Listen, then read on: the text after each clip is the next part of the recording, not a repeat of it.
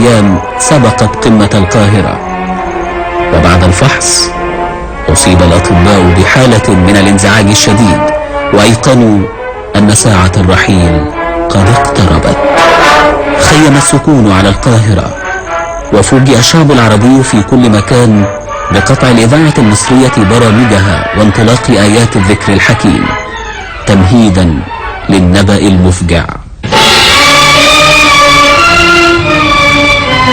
فقدت الجمهورية العربية المتحدة، وفقدت الأمة العربية، وفقدت الإنسانية كلها رجلا من أغلى الرجال وأشجع الرجال وأخلص الرجال، هو الرئيس جمال عبد الناصر.